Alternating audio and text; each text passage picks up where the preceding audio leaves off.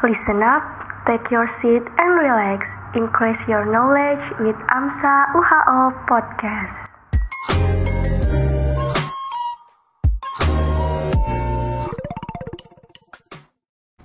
Hello people of tomorrow, kembali lagi dengan AMSA UHO Podcast episode 11. Nah, kali ini kenalin aku Agung Ayu sebagai host pada episode kali ini. Dan tentunya aku gak sendirian nih, aku ditemenin sama temen aku. Halo para pendengar podcast AMSA UHO, kembali lagi sama aku Nola sebagai co-host pada episode kali ini. Pasti kalian udah excited banget nih nungguin episode terbaru dari AMSA UHO Podcast dan udah penasaran banget sama topik kita pada episode kali ini. Kira-kira kita bakal bahas apa nih, Agung?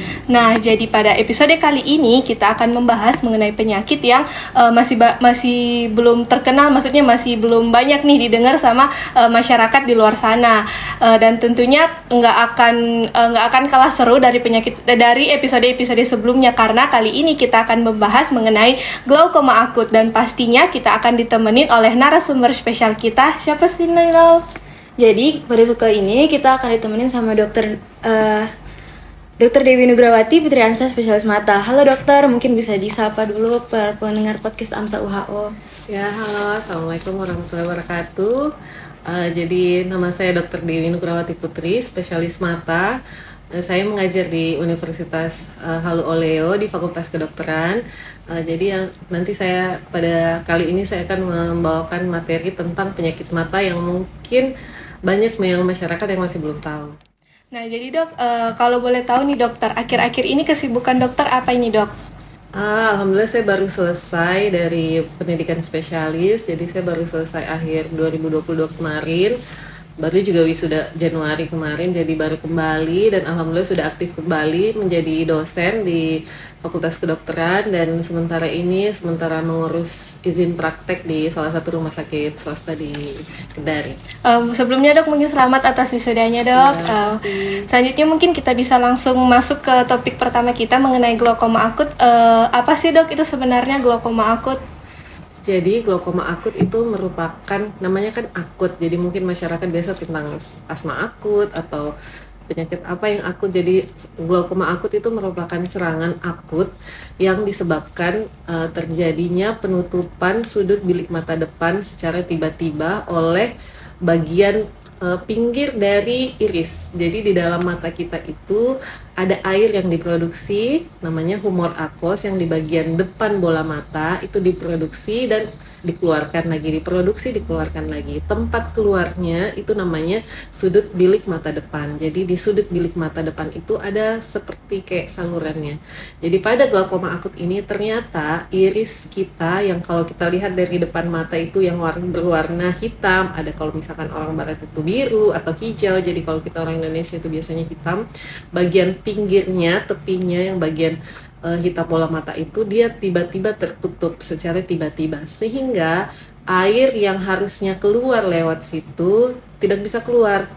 Jadi seperti kalau kayak balon, anggaplah bola mata kita itu seperti balon, misalkan kalau diisi lama-lama pasti tekanannya akan meningkat. Jadi begitu juga dengan glaukoma, kalau tempat keluarnya tertutup jadi air tidak bisa keluar, nah itulah yang disebut dengan glaukoma akut. Jadi terjadi peningkatan tekanan bola mata atau tekanan intraokular secara tiba-tiba dan progresif. Itulah namanya glaukoma akut. Jadi mungkin dokter, karena kita udah tahu nih pengertian dari glaukoma akut itu peningkatan tekanan intraokular secara tiba-tiba ya dokter. Jadi mungkin dokter bisa dijelaskan kira-kira apa saja faktor risiko yang mungkin bisa terkena penyakit ini, dokter? Iya, jadi memang tidak semua orang dapat mengalami penyakit ini. Jadi orang-orang tertentu, ada orang-orang yang beresiko untuk mengalami serangan akut ini.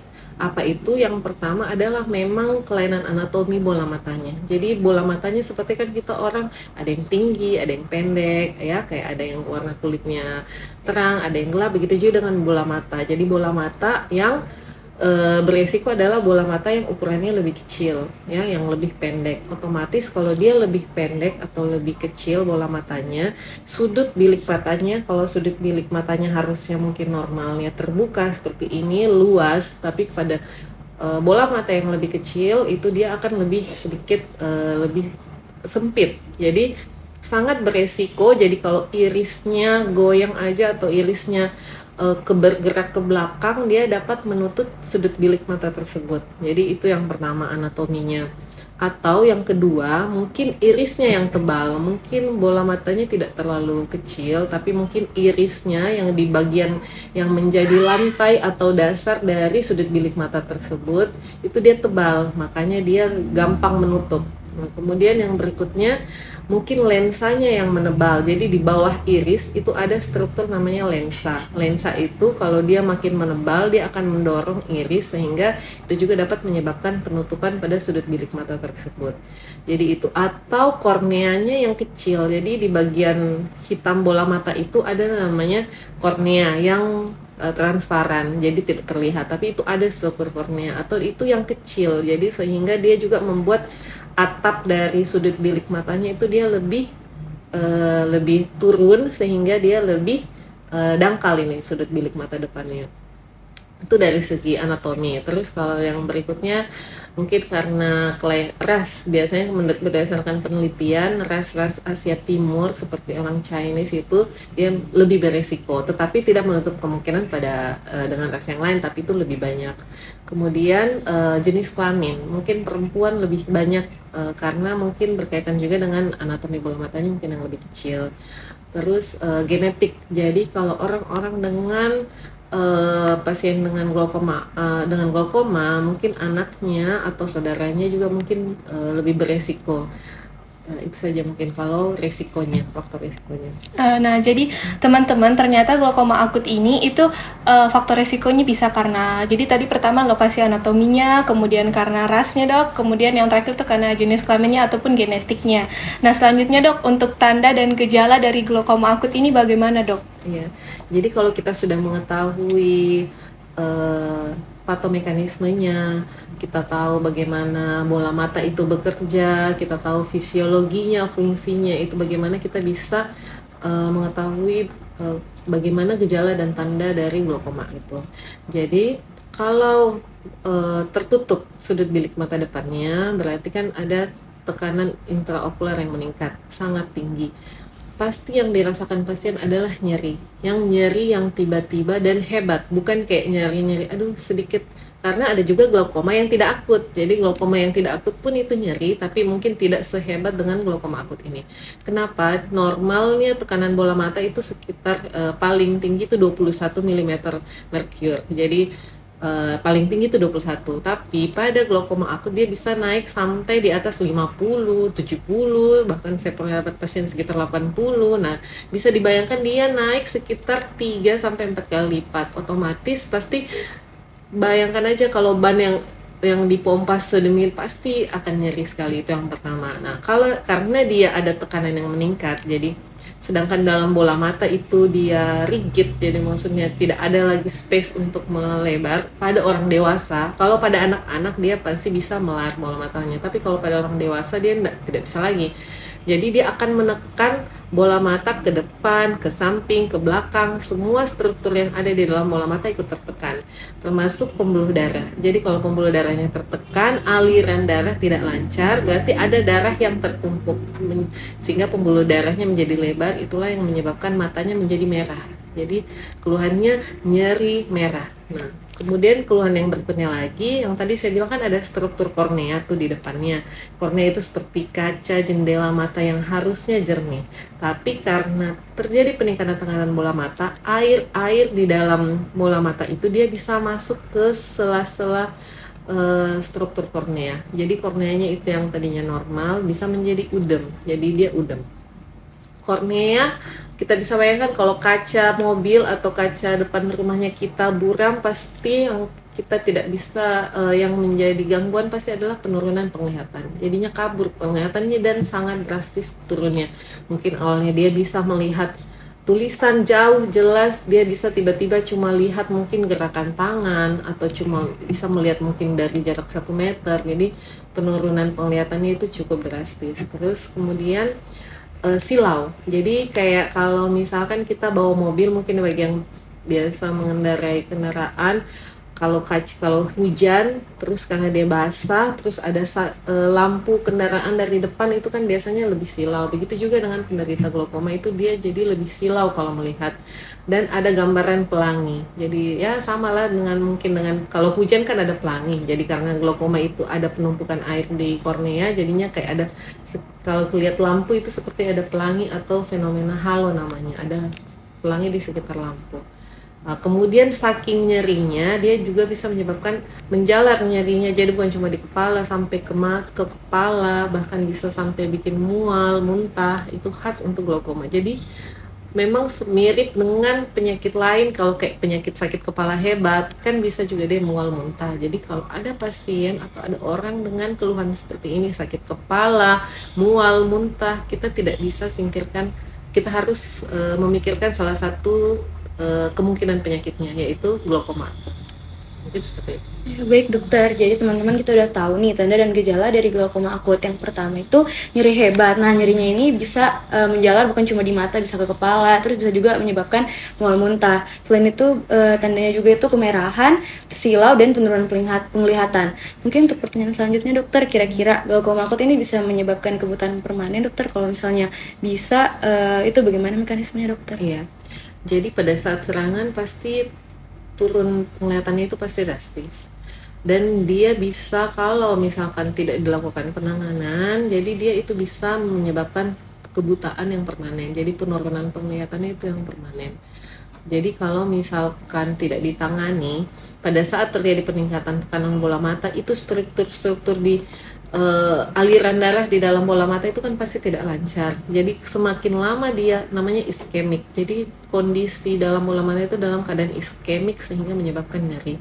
Kalau iskemiknya terus berlangsung, dia bisa sampai mati ininya jaringannya. Kalau dia sudah mati, kalau yang mati itu mungkin iris atau mungkin struktur mata yang tidak berhubungan dengan fungsi penglihatan, mungkin tidak apa-apa. Tapi sayangnya glaukoma ini dia menekan ke belakang juga. Di belakang itu bola mata ada namanya nervus optik atau saraf mata. Nah, nervus optik ini dia berada di belakang dan dia merupakan salah satu area yang paling lemah karena di dinding bola mata itu dia di belakang.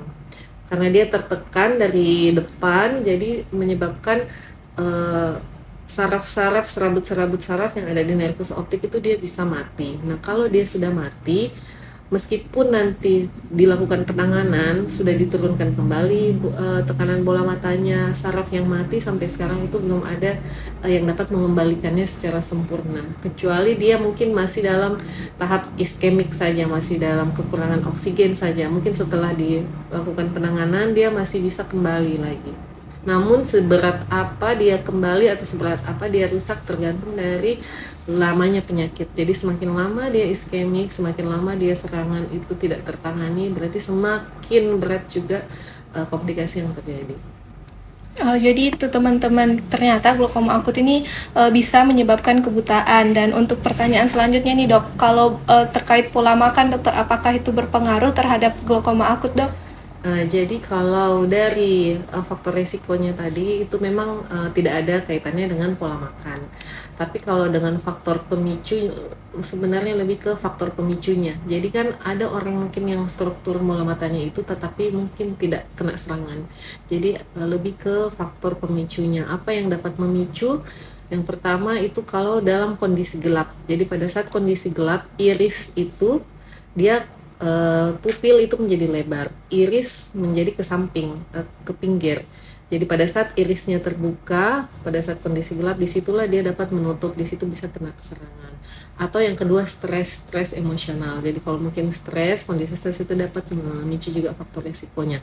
Atau dengan obat-obatan. Tetapi obat-obatan obat-obatan tetes biasanya yang dapat menyebabkan pelebaran pupil itu biasanya. Kalau misalkan makanan sampai saat ini sih tidak ada untuk kaitan dengan makanan. Alhamdulillah. Jadi kita masih bisa bebas makan. Nah, jadi teman-teman sebenarnya glaukoma akut ini nggak ada pengaruhnya sama makanan ya. Jadi itu faktor risikonya lebih karena kondisi yang gelap, terus juga karena stres dan lain-lain. Jadi dokter, mungkin kalau sebagai kita nih mahasiswa kedokteran, sebenarnya pengaruh laptop atau sering main gadget tuh berpengaruh nggak sih dok untuk glaukoma akut ini? Kalau dari faktor resikonya atau patomekanismenya sih tidak ada. Tetapi kalau misalkan mungkin belajar sampai stres atau main gamenya sampai ikut stres, terlalu menjiwai, terlalu mendalami karakternya, mungkin kalau kalah stres ya mungkin kalau dia punya faktor resiko yang tadi yang saya bilang. Kalau misalkan tidak ada faktor resiko sih sampai sejauh ini sih tidak ada, maksudnya tidak berhubungan. Kan glaukoma itu bukan cuma glaukoma akut, ada banyak glaukoma. Kalau glaukoma yang lain mungkin ada. Tapi kalau misalkan kalau makanan juga ada, tapi glaukoma yang lain bersifat yang karena iskemik atau misalkan makanan akhirnya jadi tekanan darah tinggi, makanan-makanan yang dapat menyebabkan tekanan darah naik atau gula naik atau gangguan lemak, peningkatan lemak, kadar lemak, itu bisa juga dapat menyebabkan glaukoma tapi tipe yang lain, bukan glaukoma yang akut yang ini. Nah, jadi itu teman-teman tadi udah dari awal nih udah tahu pengertiannya, udah tahu faktor resikonya. Nah, untuk sekarang dok, pertanyaan terakhir, bagaimana sih itu pencegahan dari glaukoma akut dok? Ya, jadi kalau pencegahan tadi, bola matanya, misalkan orang sudah terlahir dengan bola mata itu, sudah terlahir dengan ras yang demikian, sudah memiliki faktor genetik ya dalam tubuhnya, berarti kita untuk mencegah terjadinya glaukoma sebenarnya yang paling utama adalah mendeteksi. Jadi kita harus deteksi, mana sih mata yang beresiko. Berarti yang paling pertama adalah melakukan pemeriksaan mata secara rutin itu. Meskipun dia tidak punya gejala, apalagi mungkin dia punya riwayat keluarga, orang tua saya kayaknya dia punya penurunan penglihatan, mungkin orang tuanya, berarti dia anaknya mungkin dia harus screening, anak saudara harus di screening untuk dilihat bagaimana struktur bola matanya. Kalau misalkan dia beresiko, itu bisa dilakukan pencegahan. Yang pertama itu kalau misalkan sudut bilik matanya dilakukan pemeriksaan, ternyata sudut bilik matanya tertutup ini hampir semua. Nah, ini kapan saja bisa terjadi serangan, itu bisa dicegah dengan melakukan laser perifer iridotomi. Jadi irisnya itu dilakukan laser, lubangan dengan metode laser di bagian perifer, sehingga kalau meskipun dia tertutup masih ada jalan pintas melalui air, itu masih bisa lewat melalui lubang yang tadi itu. Jadi itu mungkin itu pencegahan yang paling pertama adalah screening. Kemudian kalau untuk mencegah sampai kebutaan, ya tentu saja kita semua, mungkin bukan cuma dokter, mungkin juga masyarakat harus aware, ternyata ini ada ya penyakit yang namanya glaukoma akut. Jadi dia sudah tahu, kalau glaukoma akut itu tanda-tandanya seperti ini. Jadi kalau dia mengalami serangan tersebut atau orang di sekitarnya mengalami serangan tersebut, ini glaukoma ini, berarti harus cepat ke dokter, karena penanganannya itu cuma bisa dilakukan oleh dokter. Jadi bukan obat-obatan misalnya bukan diobati sendiri, misalkan tidur atau apa. Jadi begitu semakin cepat dikenali, semakin cepat diobati, insya Allah semakin bagus prognosisnya. Jadi setelah diobati, kemungkinan kerusakan yang terjadi itu bisa lebih minim. Nah, dengar tuh teman-teman, jadi ada baiknya tuh kita harus rutin pemeriksaan mata ya dokter, biar screening, biar kita tuh tahu sebenarnya kita ini orang-orang yang beresiko mungkin dokter ya. Mungkin itu saja dokter, walaupun aku masih mau banyak nanya nih, dan mungkin para pendengar podcast juga masih kepo, tapi udah gitu aja dokter pertanyaannya. Iya dokter, nah ternyata seru banget nih Nol. Jadi kita itu tahu mengenai apa sih sebenarnya glaukoma. Jadi glaukoma akut itu adanya peningkatan tekanan di intraokular di bagian mata, dan faktor resikonya itu bisa karena, dan untuk gejalanya itu karena ada mata merah, mungkin karena penglihatannya jadi rabun, bahkan bisa menyebabkan mual muntah. Nah, untuk pencegahannya sih intinya teman-teman, kalau misalkan udah ada faktor resiko nih, misalkan dari genetiknya, kalau keluarganya udah ada nih yang ternyata rabun, jadi teman-teman harus segera untuk lakukan pemeriksaan mata rutin ya dok. Nah, dan pastinya episode kali ini nggak akan berjalan lancar kalau nggak ditemenin sama pembimbing kita, Dr. Dewi Nugrawati, Putri Ansar, spesialis mata.